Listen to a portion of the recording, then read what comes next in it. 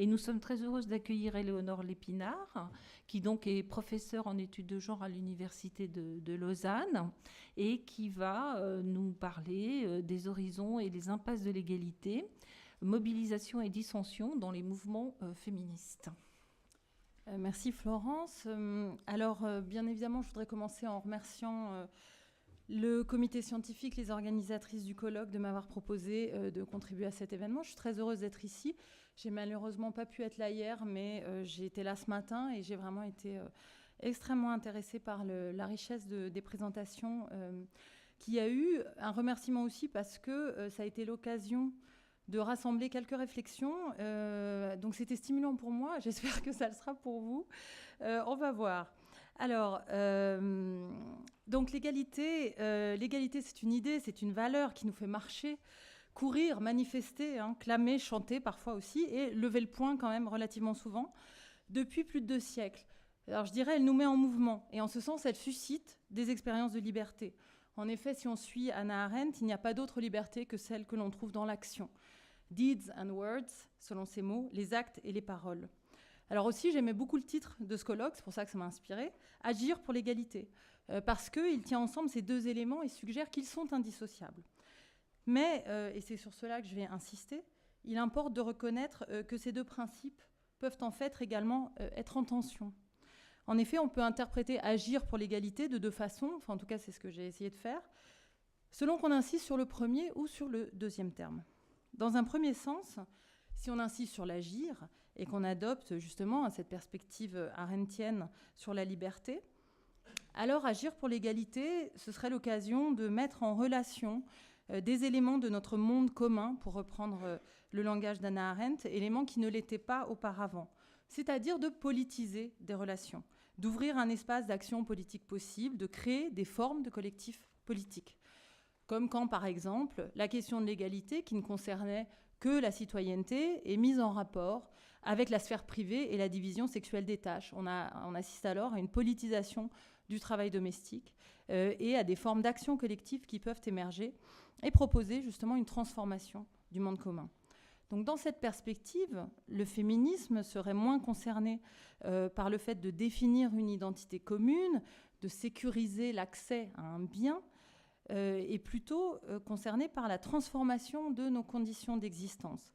Pour reprendre les termes d'une autre philosophe arendtienne, Linda Zerilli, la politique féministe, selon elle, peut être forgée en référence à la figure de la liberté plutôt qu'à celle de la blessure, à partir du désir de quelque chose de plus plutôt que de l'égalité. Mais agir pour l'égalité peut aussi prendre un autre sens si on insiste sur le deuxième terme, celui de se mobiliser pour un bien, voire une essence ou un intérêt, que serait cette chose appelée égalité. Cela voudrait dire alors que notre action est en quelque sorte prédéterminée, orientée par un intérêt, l'égalité, lui-même sous-tendu ou basé, fondé sur une identité, le fameux « nous, les femmes ». Alors que la première interprétation met l'accent sur l'action et la liberté et interroge sur la façon dont celle-ci pourrait faire advenir des formes d'égalité et des formes de collectifs qui n'existent pas encore, la seconde, en se focalisant sur l'égalité, fait passer la liberté au second plan et présume l'existence d'un collectif déjà là, d'identité collective clairement identifiable et fixe. Alors vous me direz quel est le problème ? Oui, effectivement. Dans une optique en fait de politique publique, comme on l'a vu par exemple ce matin, il n'y a peut-être aucun problème. Il est peut-être souhaitable d'opter pour un rapport instrumental aux politiques, demander l'égalité comme un bien définissable, mesurable, quantifiable, évaluable, et comme permettant d'atteindre d'autres objectifs qui sont peut-être effectivement plus importants pour, en général, nos décideurs, par exemple une meilleure démocratie ou des conseils d'administration et d'entreprise qui prennent de meilleures décisions économiques dans un environnement incertain. Donc je fais évidemment référence, par exemple, au genre d'argument qui a été mis en avant pour justifier des quotas de femmes dans les conseils d'administration des entreprises. Et je dirais même, d'expérience, c'est peut-être même une condition nécessaire dans nos sociétés libérales pour que nos demandes d'égalité soient acceptées, qu'elles soient formulées en ces termes. Donc qu'importe le flacon, pourvu qu'on ait l'ivresse.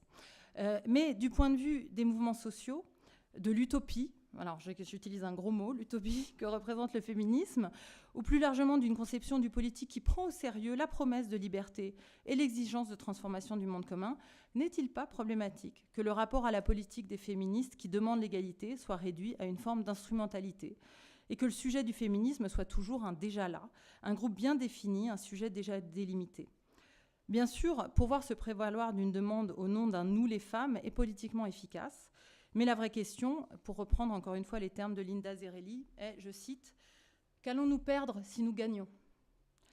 Aussi la thèse un brin provocatrice, je l'admets volontiers, que je me propose de défendre aujourd'hui, dans un colloque qui a pour titre « Agir pour l'égalité », est celle selon laquelle la focalisation sur l'égalité des mouvements féministes, alors en particulier en France, parce que c'est le cas que je connais le mieux, sur lequel j'ai travaillé, mais je pense que ça n'est pas restreint à ce cas unique, a à la fois ouvert de nouveaux possibles, je le dirais, j'en suis consciente. Elle trouve de nouveaux domaines d'application de façon presque infinie. Elle a contribué, cette demande, à renouveler le vocabulaire juridique de l'égalité. Elle a produit du changement social et de nouvelles relations politiques. Mais dans le même temps, cette focalisation sur l'égalité a aussi construit ou conduit à des impasses, suscité des oublis. Elle a figé le sujet du mouvement et figé peut-être aussi le mouvement sur son sujet. Je voudrais donc montrer que la tension entre l'égalité et la liberté nous permet de regarder comment la revendication d'égalité constitue le sujet du féminisme, mais aussi comment il le travaille, il le met en crise de l'intérieur. Vaste programme. Je vais illustrer cette thèse à travers des exemples sur lesquels j'ai travaillé, les mobilisations pour la parité et l'intersectionnalité dans les mouvements féministes contemporains. Alors avant d'entrer en matière, une précision sur les termes. Il est bien sûr abusif de parler des féministes, du féminisme ou du mouvement féministe. Et il est imprécis de dire les mouvements féministes. C'est pas plus, c'est pas mieux.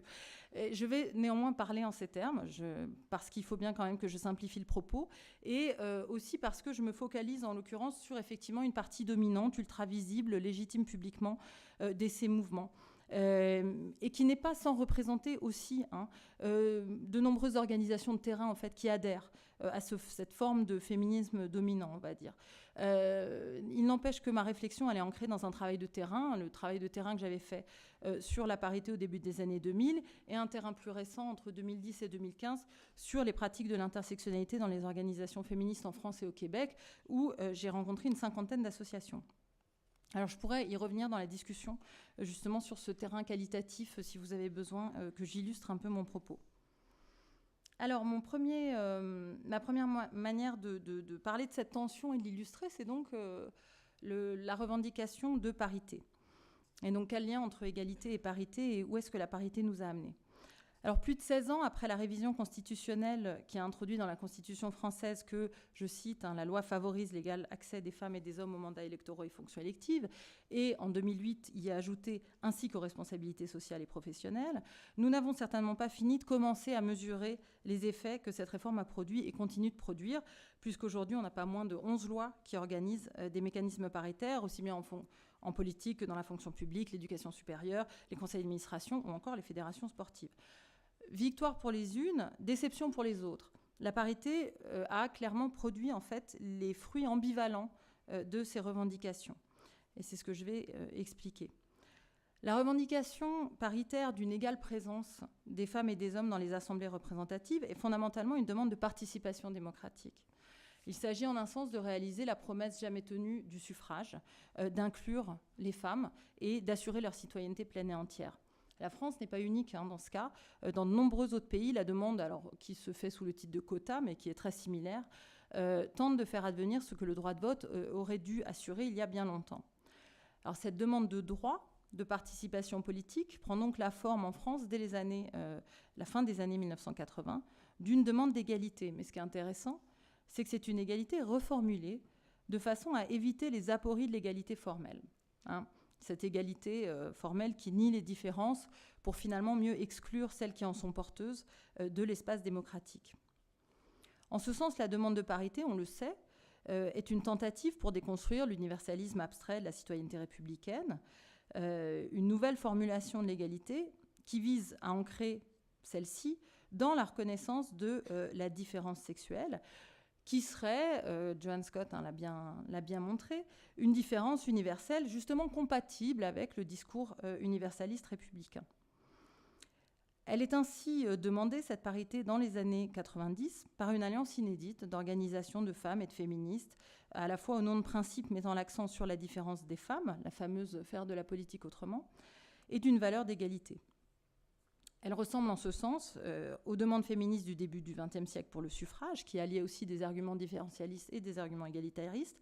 Mais ce qui est intéressant, c'est qu'elle opère un glissement sémantique et politique inédit, puisqu'elle affirme que justement, différence et égalité ne sont pas contradictoires et que la représentation d'une différence considérée comme universelle réalise une forme d'égalité supérieure à l'égalité des droits, une égalité substantielle.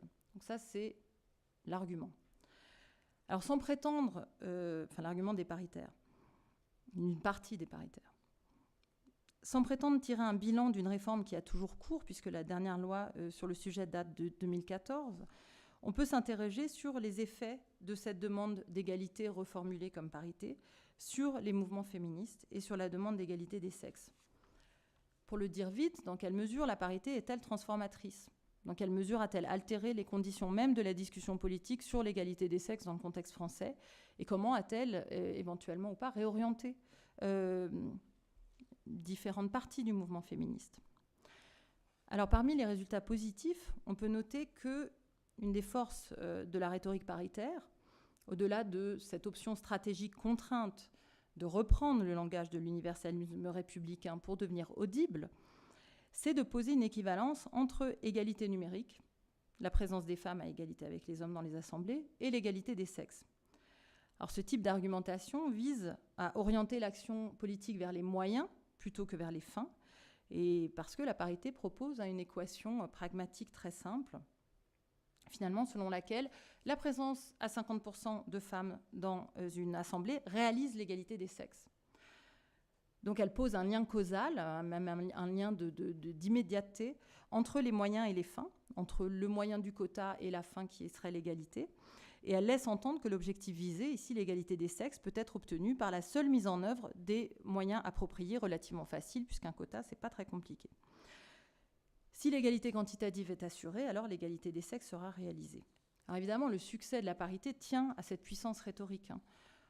En mettant en équivalence un moyen juridique qui est le quota de 50% et une fin, l'égalité des sexes, qui repose sur un principe, une valeur qui est déjà reconnue juridiquement, les paritaires ont réussi un tour de force rhétorique qui explique le succès de leur demande et son adoption, aussi bien dans le vocabulaire politique que par les institutions bureaucratiques. L'invention du terme, il faut le souligner, et c'est vraiment une des avancées majeures, c'est qu'elle répond, elle conteste et elle va plus loin que l'impasse à laquelle aboutit la conception formelle de l'égalité qui est inscrite dans les principes républicains. Et de ce fait, elle ouvre en fait un espace à partir duquel on demandait plus d'égalité.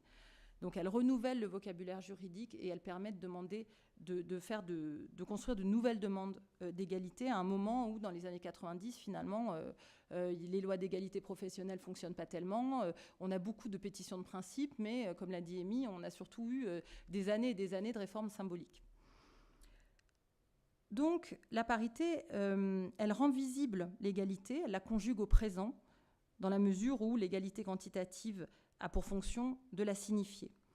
Donc l'égalité réelle, elle n'est pas renvoyée au futur, quand les faits seront finalement mis en conformité avec les fameux droits, quand les pratiques rejoindront les principes, mais elle devient possible, elle est à portée de main, elle est mobilisatrice. Donc c'est un nouvel horizon pour les mobilisations et ça permet le déploiement stratégique d'une rhétorique et d'institutions en faveur de l'égalité des sexes au sein de la bureaucratie républicaine. Donc ça, c'est les points positifs. Alors évidemment, il y a eu de nombreuses résistances, émanant en particulier des partis de droite, pour ne pas les nommer, surtout ceux qui siègent au Sénat, du Conseil constitutionnel et du Conseil d'État, qui ont retardé passablement l'application de la parité sans pourtant pouvoir totalement l'empêcher. C'est leur arc-boutement sur une conception de l'égalité formelle qui a longtemps permis de résister à ce nouveau principe, qui n'est pas un droit individuel. La parité n'est pas un droit individuel à l'égalité réelle ou à l'égalité substantielle. Mais c'est un principe juridique qui donne pour mission au pouvoir public d'agir en faveur de l'égalité substantielle. Et donc de ce point de vue-là, c'est certainement une grande avancée. Donc malgré ces résistances, la parité, je pense, peut être qualifiée de ce que Nancy Fraser appelle une réforme non réformiste. Autrement dit, une réforme qui, sans être radicalement transformatrice, altère les conditions et les termes du débat politique sur l'égalité des sexes. Grâce à la parité, l'égalité formelle est largement remise en cause comme insuffisante, insatisfaisante. Et grâce à la parité, des institutions gouvernementales sont aujourd'hui chargées d'améliorer la participation des femmes à la vie démocratique, économique et sociale. Et donc, ça n'est pas rien, loin de moi, cette idée. Mais, puisqu'il y a un mais, vous vous en doutez, après toutes ces remarques positives, on doit s'interroger. Quelles sont les femmes qui disposent maintenant d'une capacité d'action individuelle ou collective qu'elles n'auraient pas eue sans la parité ? Et quelles sont les actions de l'État en faveur de la représentation démocratique et de l'égalité qui sont désormais légitimées ? Alors, quand on tente de répondre à ces questions, il y a deux limites de ce potentiel transformateur de la parité qui sont frappantes. Tout d'abord, que perdons-nous quand nous limitons l'égalité à l'égale présence dans les lieux de pouvoir ? La focalisation sur les instances de décision favorise bien évidemment une égalité élitiste qui ne bénéficie qu'à une minorité de femmes, alors que d'autres questions qu'on peut juger pressantes aussi, le surchômage, le temps partiel, l'égalité professionnelle, les retraites, passent au second plan. La question, c'est donc celle du lien entre... Enfin, je ne parle même pas de la question de la dichotomie entre la sphère publique et privée, de la prise en charge des enfants, etc. Donc la question, c'est celle du lien entre la revendication d'égalité, la demande paritaire, et la justice sociale. Donc c'est celle de l'horizon politique qui a été donné au mouvement féministe. Est-ce qu'il est assez large ? Est-ce qu'il est assez transformateur ? Comment peut-on réinjecter des questions de justice sociale dans ce qui est devenu, au fil de 11 lois, un outil d'ingénierie sociale ? L'absence contemporaine de mobilisation, ou plutôt son transfert à l'intérieur des institutions féministes de l'appareil d'État, illustre bien la forme d'impasse, même si le mot est un peu fort, mais de limite, disons, dans laquelle le mot d'ordre paritaire a quand même engagé une partie du féminisme. Deuxième limite, qui est double, toujours sur le mode du « qu'avons-nous perdu en gagnant la parité ?» Un retour critique sur la stratégie paritaire est nécessaire pour apprécier le coût politique payé pour cette fameuse mise en conformité de la parité avec les valeurs énoncées au nom de la République. Alors, toute stratégie de revendication implique un choix à propos de qui sera finalement représenté si la demande est acceptée et si elle est reconnue par les tenants du pouvoir. En trouvant le moyen d'être symboliquement incluses dans l'universel, les militantes ont de fait aussi exclu d'autres groupes des bénéfices qui leur ont été accordés. En insistant pour que la différence des sexes et elle seule soit désormais reconnue comme constitutive, les paritaires ont non seulement fermé la porte, d'une part, à des alliances possibles avec d'autres mouvements sociaux, mais aussi rendu difficile l'émergence d'une critique plus radicale du républicanisme qui aurait bénéficié à d'autres groupes, eux aussi marginalisés politiquement, socialement, économiquement. Donc en privilégiant un argumentaire utilitariste, les femmes vont changer la politique, et en présupposant l'existence du sujet collectif au nom duquel cette revendication pouvait être énoncée, nous les femmes, les militantes paritaires ont figé le sujet du féminisme et clos un espace de transformation politique possible. En outre, et c'est la deuxième dimension de cette double critique, la parité a présupposé l'existence d'un « nous les femmes », elle a figé l'identité du mouvement sur un sujet supposément déjà là, et de ce fait, elle a contribué à invisibiliser les différences au sein de cette catégorie femmes et donc à reléguer à de meilleurs lendemains la prise en compte des besoins des femmes minoritaires situées à l'intersection des rapports de genre et des rapports de racialisation en particulier. Les femmes immigrées racisées, pourtant historiquement exclues par la tradition républicaine, étaient aussi singulièrement absentes des débats sur la parité. Donc si elles ont pu profiter à la marge d'un effet de diversification des élites politiques locales, ni leur identité ni leurs intérêts ne se sont trouvés représentés par la revendication paritaire et sa mise en œuvre. Dès lors, de quel projet politique la parité peut-elle être porteuse et de quel féminisme est-elle l'incarnation ? N'a-t-on pas assisté depuis 20 ans, alors l'affirmation est un peu polémique, mais bon, à ce qu'on pourrait appeler une républicanisation du féminisme français ? Et comment, dans ce contexte, articuler demande d'égalité et prise en compte de l'intersectionnalité ? Et c'est le deuxième point de mon intervention. Alors la question de l'oubli, que je mets évidemment entre guillemets, de l'intersectionnalité dans la demande paritaire nous incite à poser plus globalement la question de l'intégration de l'intersectionnalité aujourd'hui dans les organisations féministes et à revenir, vous vous en doutez, vous me voyez venir, sur une question vexatoire, celle des signes religieux, en particulier du foulard, emblème des divisions féministes contemporaines et archétype des impasses, selon moi, d'une certaine conception de l'égalité des sexes. Alors ici, je voudrais rappeler que le cas français n'est pas unique. La question, elle divise aussi au Canada, en Allemagne, aux Pays-Bas et dans bien d'autres pays. Cette transversalité des divisions pointe le caractère assez urgent de réfléchir à la façon dont l'égalité, cette valeur cardinale du mouvement féministe, peut être articulée à l'intersectionnalité.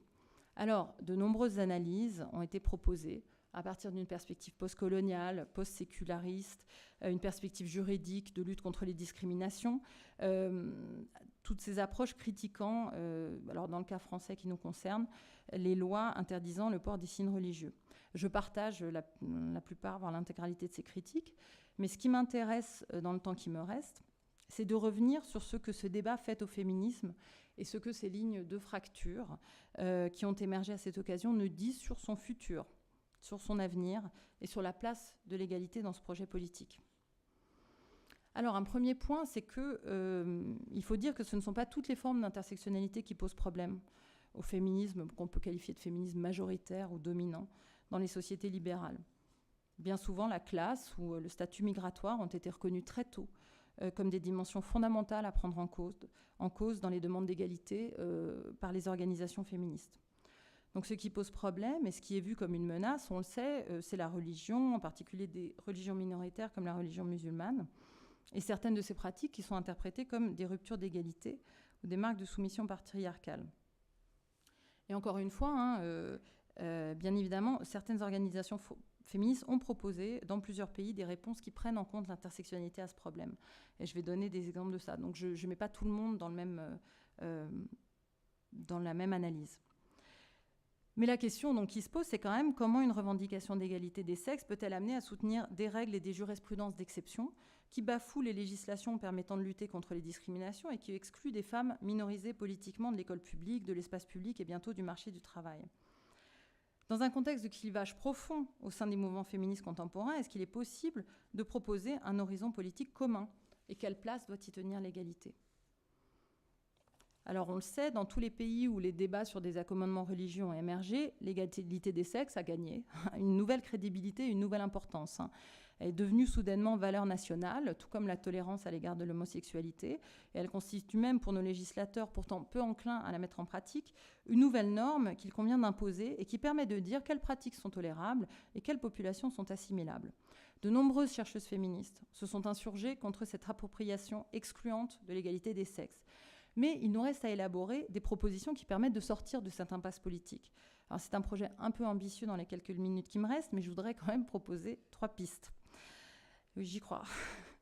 Donc le projet, les pistes, c'est élaborer une conception de l'intersectionnalité, de l'égalité qui prenne en compte l'intersectionnalité.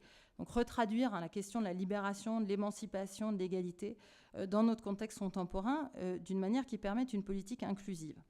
Alors bien évidemment, vous allez me dire, c'est l'origine du concept même d'intersectionnalité, forgé dans le contexte du droit de la non-discrimination américain.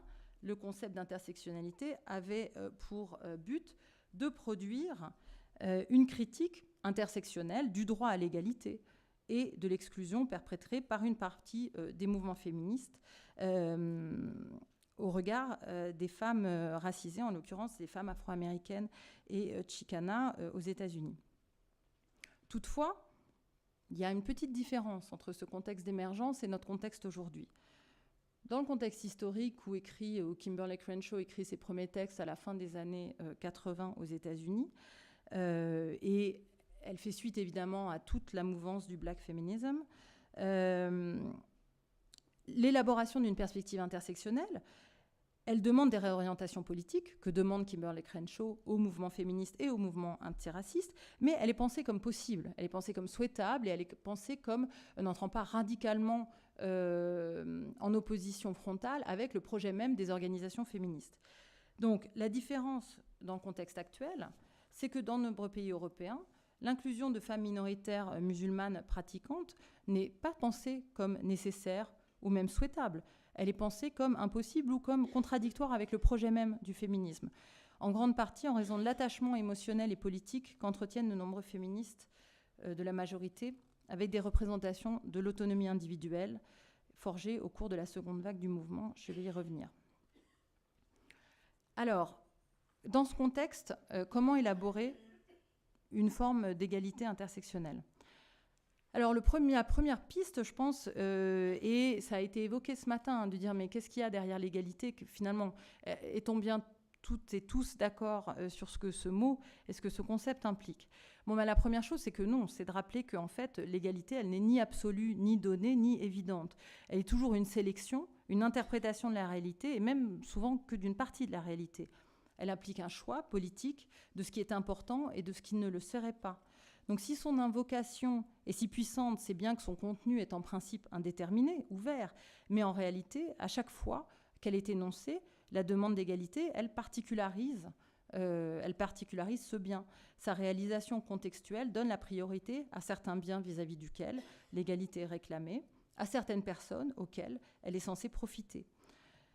Donc le premier appel, la première piste en tout cas, c'est de nous rappeler que du point de vue d'une égalité intersectionnelle, il faut se rappeler du caractère protéiforme et contextuel de l'égalité, et donc son caractère relatif. Alors peut-être que ça va choquer, mais oui, en fait, c'est relatif l'égalité. Bien sûr, c'est une fin, c'est une valeur, mais comme toute fin, elle doit être relativisée, non pas au sens du relativisme culturel ou dans le mauvais sens péjoratif de relativiser. Je ne veux quand même pas me faire trucider à la fin de cette présentation, mais au sens de relativiser, au sens d'être mise en rapport avec d'autres fins. La lutte contre l'islamophobie, la liberté de conscience, bref, d'autres valeurs qui sont tout aussi importantes, normalement, au projet féministe. Mais on est d'accord, ces fins ne sont pas aisément comparables ou commensurables. Il faut pourtant les prendre en compte si on veut ne pas instrumentaliser l'une pour parvenir à l'autre. Donc on doit se demander à qui bénéficie cette égalité, qui exclut-elle de sa promesse, avec quelle autre fin politique souhaitable peut-elle entrer en tension, et comment allons-nous les concilier dans le cas qui nous préoccupe ? Bien sûr, vous me direz, les féministes n'ont pas attendu le concept d'intersectionnalité pour se poser ces questions. Tout à fait. Elles le font depuis bien longtemps.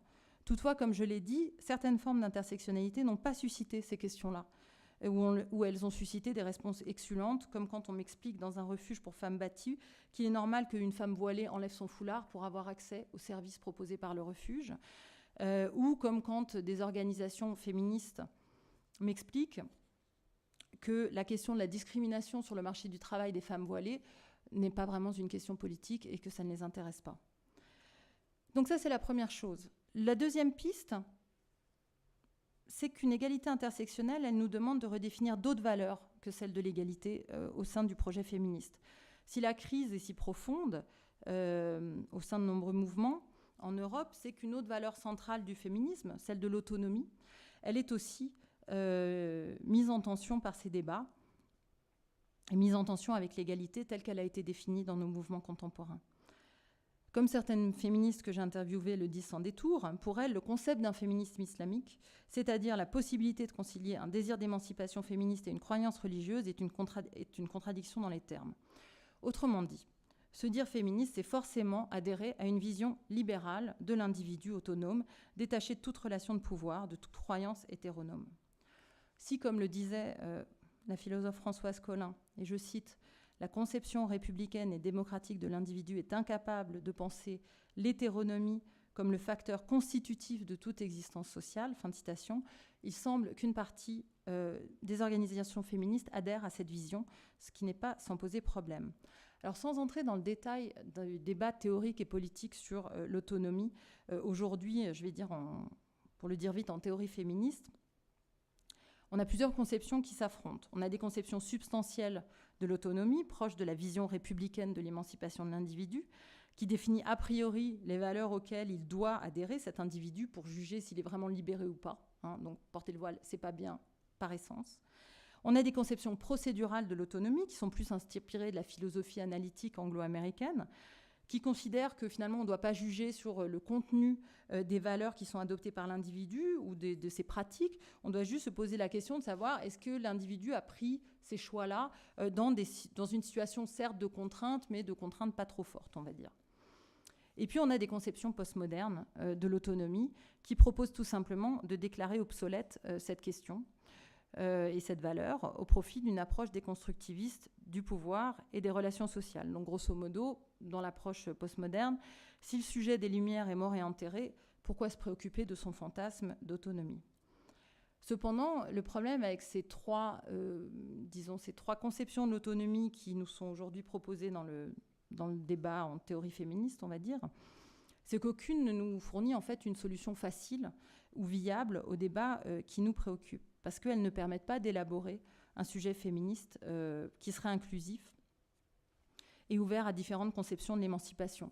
Dans la conception substantielle de l'autonomie, on retombe sur le sujet, finalement, une politique paternaliste de devoir dire aux autres femmes ce qu'elles devraient faire.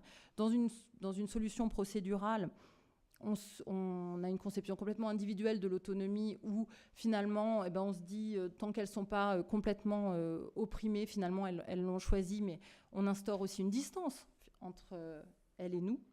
Et dans la conception postmoderne, on ne se pose même plus la question. Donc il faut revisiter nos définitions de l'autonomie dans les 2 minutes qui me restent et la place que nous voulons accorder à cette valeur dans le projet politique féministe. Et je pourrais y revenir dans les questions si ça vous intéresse.